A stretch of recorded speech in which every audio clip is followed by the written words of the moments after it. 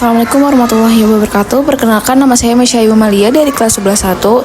Pada kesempatan kali ini saya akan menjelaskan tentang revolusi industri 4.0 dan berpikir kritis. Istilah revolusi industri digunakan pada abad ke-18 di Inggris untuk menggambarkan sejarah perkembangan teknologi dan mesin di dunia industri. Kata teknologi berasal dari kata Yunani tekni yang berarti seni. 1. Karakteristik revolusi industri 4.0. Yang pertama, sistem siberfisik atau cyber physical system, yaitu penggunaan sensor, robot cerdas, drone, dan printer 3D, kegiatan kontrol dan monitor proses fisik. Yang kedua, teknologi informasi dan komunikasi, information and communication technology, untuk mengelola informasi dan melakukan komunikasi. Yang ketiga, jaringan komunikasi atau network communication, semua peralatan terhubung melalui teknologi internet dan wireless. Yang keempat, big data and cloud computing, yaitu informasi yang diambil melalui jaringan ini dapat digunakan untuk melakukan pemodelan, virtualisasi, dan simulasi produk serta proses manufakturnya. Yang terakhir, peningkatan kemampuan peralatan untuk interaksi dan kooperasi antara manusia komputer atau human computer. 2. Peran teknologi informasi. Teknologi informasi merupakan teknologi apapun yang dapat membantu manusia dalam membuat, mengubah, menyimpan, mengomunikasikan, atau menyebarkan informasi sehingga dapat mempercepat segala proses yang terjadi dalam industri. 3. Jenis teknologi dalam revolusi industri 4.0, yang merupakan sebuah konsep di mana sebuah objek yang memiliki kemampuan mentransfer data melalui jaringan tanpa perantara manusia. Terdapat 4 komponennya, yaitu sensor, koneksivitas, pemrosesan data, serta antarmuka pengguna.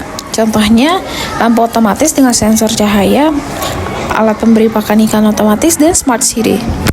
B. Big data, yaitu istilah yang digunakan untuk menggambarkan volume data dalam jumlah yang besar, baik secara struktur maupun tidak struktur untuk membuat keputusan.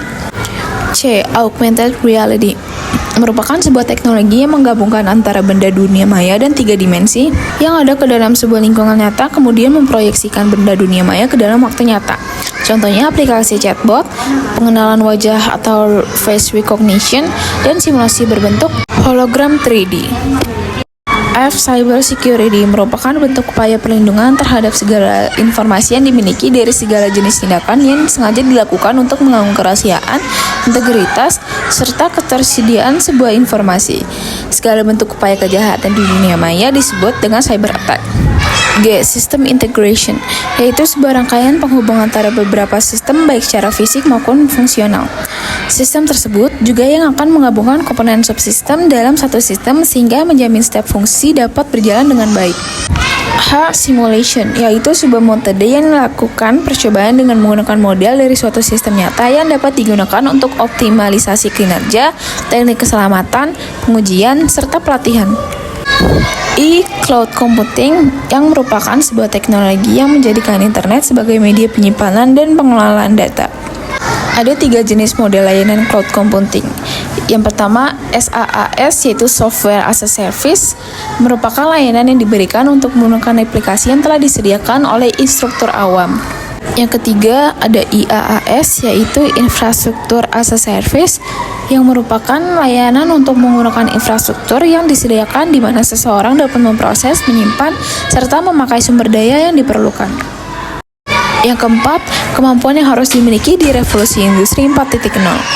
Dunia industri telah berevolusi dalam beberapa aspek, ditandai dengan kemunculan superkomputer, robot pintar, kendaraan tanpa pengemudi, cloud computing, dan sistem big data.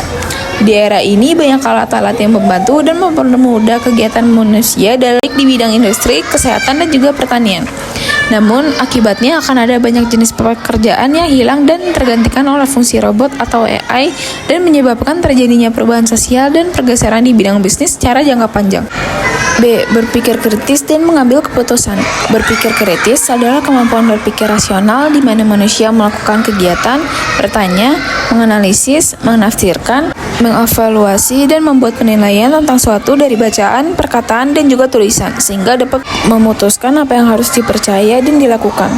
Berpikir kritis mempunyai karakteristik, yaitu watak, kriteria, argumen, perimbangan atau pemikiran, sudut pandang, dan juga prosedur penerapan kriteria. Yang kedua, langkah-langkah berpikir kritis. Yang pertama, identifikasi masalah. Analisis yang tepat akan mempermudah dalam mencari solusi dan menemukan penyelesaian. Yang kedua, mengumpulkan data, pendapat, dan argumen. Tujuannya untuk melihat sudut pandang yang beragam. Yang ketiga, menganalisis dan mengevaluasi data. Pastikan sumber yang digunakan valid dan dapat dipertanggungjawabkan. Kesimpulan yang diambil memiliki data pendukung atau hanya bersifat argumentatif.